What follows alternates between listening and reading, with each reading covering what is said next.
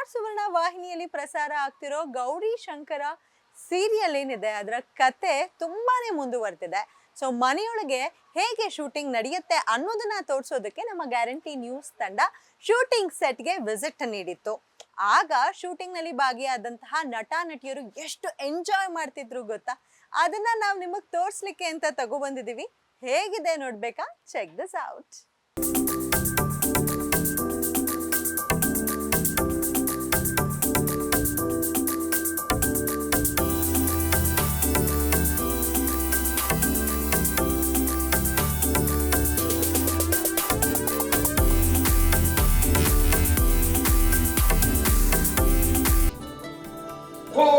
ಹುಷಾರು ಮತ್ತೆ ಬರವಾ ಯಾಕವಾ ನಾನು ನಮ್ಮಿಯವರು ಫ್ರೆಂಡ್ ಮನೆ ಹೋಗ್ತಾ ಇದ್ದೀವಿ. ಹೌದೇ, ನಾನು ಗೌರಿ ತವ ಇರೋ ಕೆಲಸ ಹೇಳ್ಬಾ ಅಂತ ಬಂದೆ. ಎಲ್ಲಿ ಬಿಡು ಅಪ್ಪ ತವನೇ ಮಾಡಿಸ್ತೀನಿ, ಹುಷಾರಾಗಿ ಹೋಗ್ಬನ್ನಿ. ಆಮೇಲೆ ಗಾಡಿ ಓಡಿಸ್ಬಿಟ್ಟು ಹುಷಾರ್ಕಲ್ಲ. ಗೊತ್ತದೆ, ನೀನ್ ಹೋಗು, ನೀನ್ ಎಲ್ಲ ವರ್ಷ ಹೋಗಿ ಹುಷಾರು. ಅದೇ ಈ ದೊಡ್ಡ ಸಂಸಾರ ಮಾಡಿದ್ರೆ ನಂಗೆ ಹೇಳೋದು. ಎಲ್ಲರ ಜೀವನದಲ್ಲಿ ವಿಲನ್ ಇದ್ದೇ ಇರ್ತಾರೆ. ಗಂಡನೇ ವಿಲನ್ ಆದ್ರೆ ಹೆಂಡತಿ ಸರಿಯಾಗಿ ತಿರುಗೇಟು ಕೊಟ್ರೆ, ಇದಕ್ಕೆ ಅತ್ತೆ ಸೊಸೆಗೆ ಸಪೋರ್ಟ್ ಮಾಡಿದ್ರೆ ಅಬ್ಬಬ್ಬಾ ಏನ್ ಮಜಾ ಇರುತ್ತೆ ಅಲ್ವಾ. ಅತ್ತೆ ಪಾರ್ವತಿ ಸೊಸೆ ಸುನಂದಾ ಮಧ್ಯೆ ಸಿಕ್ಕಾಕೊಂಡಿರುವ ರುದ್ರ ಹೇಗೆ ಇವರಿಂದ ತಪ್ಪಿಸ್ಕೊಳ್ತಾನೆ ಅವನ ಮಾತಲ್ಲೇ ಕೇಳಿ. ಆ್ಯಕ್ಚುಲಿ ನಾನು ಬೇರೆಯವ್ರ ಹತ್ರ ಸೀರಿಯಸ್ ಆಗಿರ್ತೀನಿ, ನಾನು ಆದರೆ ಹೆಣ್ಮಕ್ಳ ಹತ್ರ ತುಂಬ ನಾಜೂಕಾಗಿರ್ತೀನಿ. That is Rudra.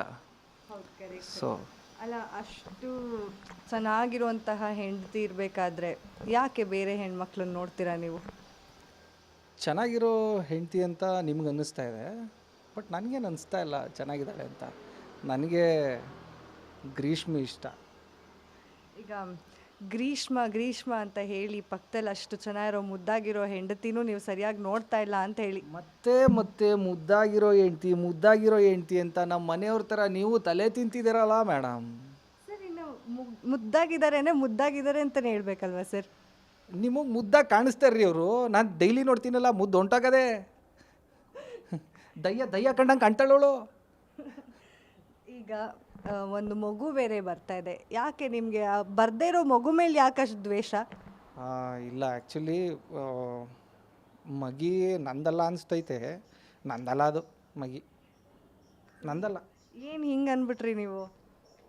ಗೊತ್ತಿಲ್ಲ, ನಮ್ಮ ಮಗಿ ಅಂತೂ ನಂದಲ್ಲ, ಆಟೆ. ಇವಾಗ ಅದಕ್ಕೆ ಹೆಸರಿಡೋ ಕಾರ್ಯಕ್ರಮ ಎಲ್ಲ ನಡೀತೈತೆ, ಎಲ್ಲ ಪ್ಲ್ಯಾನ್ ಎಲ್ಲ ಮಾಡ್ತಾಯಿದ್ರು. ಏನು ಹೆಸರಿಡಬೇಕು, ಗೌರಿ ಅಂತ ಇಡೋದ, ಶಂಕರ ಅಂತ ಇಡೋದ, ಈ ಥರ ಎಲ್ಲ ಪ್ಲ್ಯಾನ್ ಆಗಿರ್ಬೇಕಾದ್ರೆ ನೀವು ಮಗುನ ಕೊಲ್ಲೋಕೆ ನೋಡ್ತಾ ಇದ್ದೀರಲ್ಲ, ಏನು ಅನ್ಸಲ್ವಾ ಸರ್ ನಿಮಗೆ? ಈ ಗೌರಿ ಅವಳಲ್ಲ, ಅವಳು ಮತ್ತು ಈ ಶಂಕರ ಅವನಲ್ಲ, ಅವರೆಲ್ಲ ಸೇರ್ಕೊಂಡು ಮಾಡ್ತಿರೋ ಪಿಲ್ಯಾನು ಇದು. ನಮ್ಮ ಮನೆಯವರೆಲ್ಲ ಸೇರ್ಕೊಂಡು ನನ್ನ ಮ್ಯಾಕೆ ಏರ್ತಿರೋ ಪಿಲ್ಯಾನು. ಹಂಗಾಗಿ ನನಗೆ ಇದು ಗೊತ್ತದೆ, ಹಂಗಾಗಿ ನಾನು ತಲೆ ಕೆಡ್ಸ್ಕೊತಾ ಇಲ್ಲ. ನಾ ರುದ್ರ ಅಲ್ವೇ, ಹೆಂಗಿದ್ರು ಆ ಮಗಿನ ಹಂಗೆ ಮಟ್ಟ ಹಾಕ್ಬಿಟ್ಟು ನಾನು ಗ್ರೀಷ್ಮಿ ತವ ಹಂಗೆ ಹೊಂಟೋಯ್ತೀನಿ. ಮನೆಯಲ್ಲಿ ಮುದ್ದಾದ ಹೆಂಡತಿ ಇದ್ರೂ ಕೂಡ ರುದ್ರನಿಗೆ ಬೇರೆ ಹುಡುಗಿಯರ ಮೇಲೆ ಕಣ್ಣು. ಹೆಂಡತಿ ಗರ್ಭಿಣಿ ಅಂತ ಗೊತ್ತಾದ್ರೆ ಸಾಕು ಎಲ್ಲಾ ಗಂಡಂದಿರು ಸಂಭ್ರಮ ಪಡ್ತಾರೆ. ಆದ್ರೆ ರುದ್ರ ಮಾತ್ರ ಹೆಂಡತಿ ಸುನಂದಾಗೆ ತೊಂದರೆ ಕೊಡ್ತಾನೆ ಇದ್ದಾನೆ. ಆದ್ರೆ ಹೆಂಡತಿ ಸುನಂದಾಗೆ ಮಾತ್ರ ಪ್ರೀತಿ ಇದ್ದೇ ಇದೆ. ಅಯ್ಯ, ಒಂದು ಮಾತು ಹೇಳ್ತೀನಿ, ಯಾರು ಬೇಜಾರು ಮಾಡ್ಕೊಬೇಡಿ. ಪಾಪ ನನ್ನ ಗಂಡ ಯೋನೇ ಮಾಡಿದ್ರು ಅಮ್ಮ ಅನ್ಸ ಹೊಸಿ ಒಳ್ಳೆಯವನು. ಅದು ಯಾಕೆ ಹೆಣ್ಣೈಕ್ಳು ಕಂಡ್ರಂಗೆ ಆಡ್ತಾನಂತ ಗೊತ್ತಿಲ್ಲ. ಸ್ವಲ್ಪ ದಿನ ನೋಡು, ಮಗಿ ಆದಮೇಲೆ ಸರಿ ಹೋದ್ರು ಹೋಗ್ಬೋದು. ಬಟ್ ನನಗೇನಂದರೆ ಸುಳ್ಳು ನಿಜನೋ ಒಟ್ಟಿನಲ್ಲಿ ಫಿರೋತಿ ಅಂತ ಸಿಗ್ತೈತೆ, ಅದು ಸಾಕು. ಸಾನೇನು ಬೇಜಾರಾಯ್ತದೆ ಒಂದೊಂದು ಸತಿ ಅವರು ಇವ್ರು ಬೇರೆಯವ್ರ ಬಗ್ಗೆ ಮಾತಾಡಿದಾಗ. ನನ್ನ ಕಣ್ಣು ಮುಂದೆನೇ ಇವಳು ಅವಳ ಜೊತೆ ಹೋಗ್ಬಿಡ್ತೀನಿ, ಇವಳ ಜೊತೆ ಹೋಗ್ಬಿಡ್ತೀನಿ ಅಂತಾರೆ. ಬಟ್ ಆದರೆ ನಮ್ಮ ಮಾವಯ್ಯ, ಅತ್ತೆವ, ನಮ್ಮ ಗೌರವ, ಶಂಕರ ಯಾರೂ ಬಿಡೋಕ್ಕಿಲ್ಲ. ಅದು ಗೊತ್ತು ನನಗೆ. ಇಲ್ಲಿ ನನ್ನ ಮುಂದೆನೇ ಹೇಳ್ತಾರಲ್ಲ, ಇದೆಲ್ಲ ಎಲ್ರ ಮುಂದೆ ಮಾತ್ರ ರೂಮಲ್ಲಿ ಬಾಯಿ ಮುಚ್ಕೊಂಡಿರ್ಬೇಕು ಅಂತ ಅಂತಾರೆ. ಏನು ಮಾಡೋದು, ನಾನು ದೊಡ್ಡ ಮನೆ ಸೊಸೆ ಅಲ್ವೇ, ಹೊಸಿ ಸಹಿಸ್ಕೋಬೇಕು. ನಮ್ಮ ಮನೆ ಹೆಸ್ರಿಗೋಸ್ಕರನಾದರೂ ನಾನು ಇದು ಸಹಿಸ್ಕೋಬೇಕು. ನೋಡೋಣ, ಅವ್ರಿಗೂ ನನ್ನ ಬಗ್ಗೆ ಗೊತ್ತಾಯ್ತದೆ, ಅವ್ರ ಮನಸ್ಸು ಚೇಂಜ್ ಆಯ್ತದೆ, ಅವರು ಒಳ್ಳೆಯವರಾಯ್ತಾರೆ ಅಂತ ಕಾಯ್ತಾ ಇವ್ನಿ.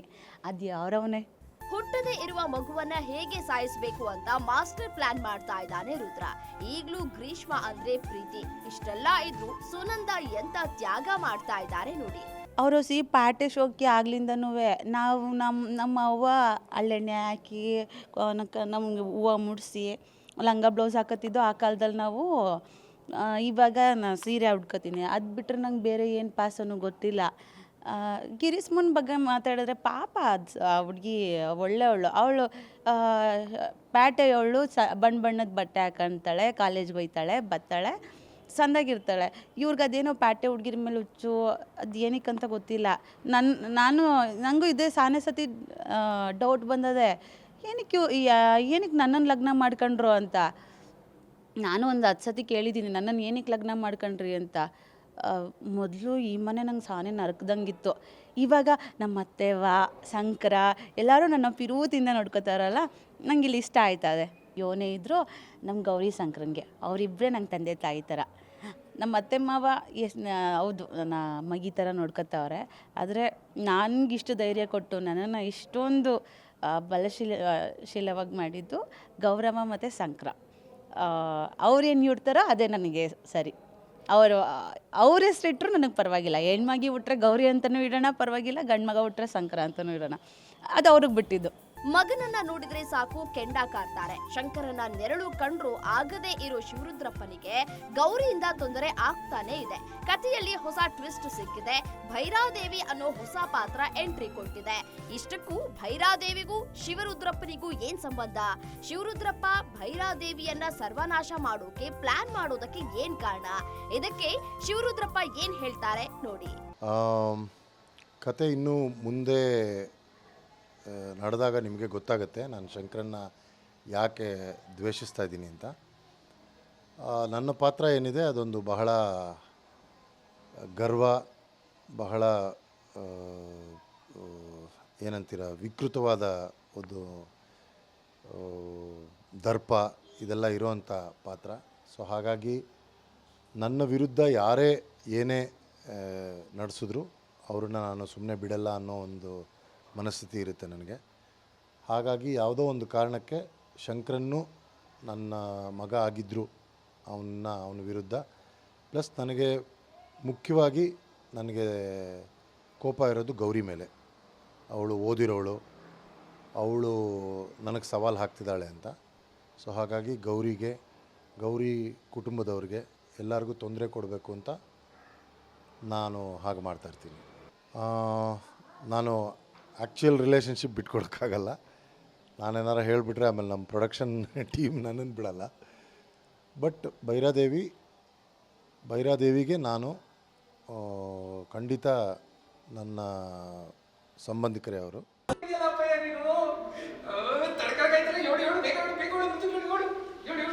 ಒಂದಕ್ಕಿನ್ನೇ ಅಲ್ಲ, ಇಡೀ ಊರೇ ನಮ್ಮ ಹಿಡಿತಕ್ಕೆ ಸಿಗ್ತದೆ. ಇಡೀ ಊರೇ ನಾವು ಹೇಳಿದ್ದನ್ನ ಕೇಳ್ಕೊಂಡು ಬಿದ್ದಿರ್ತದೆ.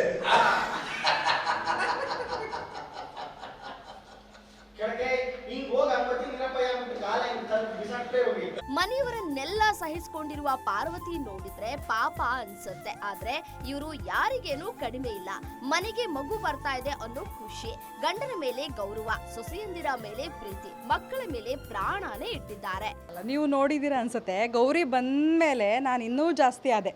ಯಾಕೆ ಅಂತ ಹೇಳಿದ್ರೆ ನಂಗೆ ಇಷ್ಟ ಇಲ್ಲ ಅವ್ರ ಮನೆ ಇಷ್ಟ ಇಲ್ಲ. ಒಂದು ದೊಡ್ಡ ಅಂದರೆ ಶ್ರೀಮಂತ ಮನೆ ತಂದಿಂದ ಹೆಣ್ಮಗಳನ್ನ ತರಬೇಕು ಅನ್ನೋ ಒಂದು ಆಸೆ ಕನಸುಗಳನ್ನ ಇಟ್ಕೊಂಡಿರೋಂಥವಳು.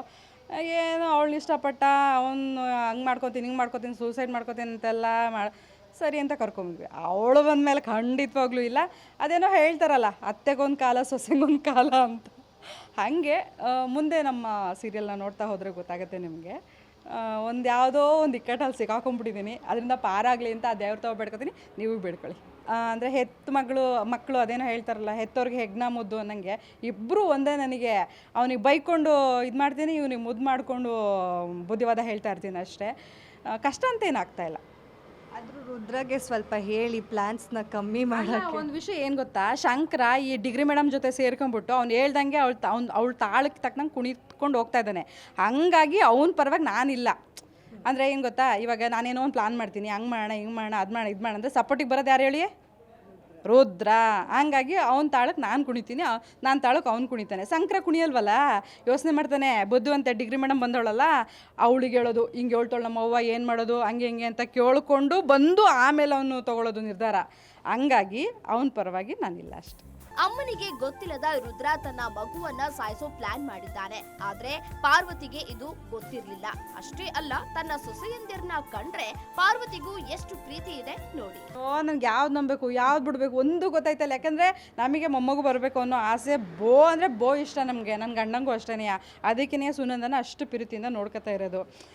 ಒಂದು ಮಗು ಹೋಯ್ತು, ನಿಮ್ಗೆ ಗೊತ್ತಿರುತ್ತೆ, ಇನ್ನೊಂದು ಮಗು ಬರ್ತೈತೆ ಅಂತ ಖುಷಿಯಿಂದ ಇದ್ದೀವಿ. ನನ್ನ ಮಗ ಈ ಪ್ಲಾನ್ ಮಾಡ್ತಾವಂತ ನಮಗೆ ಗೊತ್ತಿಲ್ಲ. ನಮ್ಮ ಮುಂದೆ ಸಂದಾಗೆ ಅವನು ನನ್ನ ಮಗ ಬಂದ್ಬಿಟ್ಟು ಇಲ್ಲ ಕಣವೋ ಅಂತ ಹೇಳ್ತಾನೆ. ಅವ್ನು ಬಂದ್ಬಿಟ್ಟು ಹಿಂಗಂತಾರೆ, ಇಲ್ಲ ಬಿಸಾಕ್ಕೊಡ್ತೀನಿ ಅಂತೆಲ್ಲ ಹೇಳಿದ್ಲು ಅಂತ. ನಂಗೆ ಒಂಥರ ಹೆಂಗಾಗ್ಬಿಡ್ತೀನಿ ಅಂದರೆ, ನನ್ನ ಗಂಡ ಒಂಥರ, ಮಕ್ಕಳು ಒಂಥರ, ಸೊಸೆ ಒಂಥರ.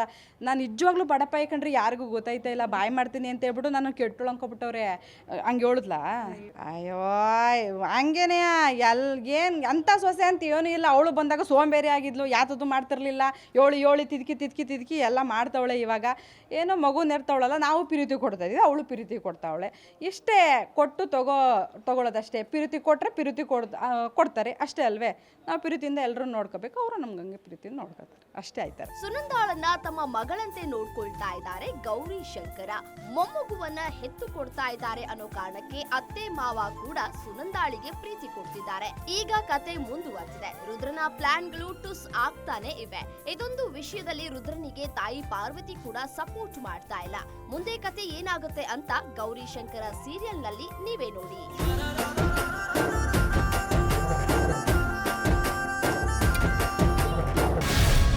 ಗ್ಯಾರಂಟಿ ನ್ಯೂಸ್, ಸುದ್ದಿ ಖಚಿತ, ನ್ಯಾಯ ನಿಶ್ಚಿತ.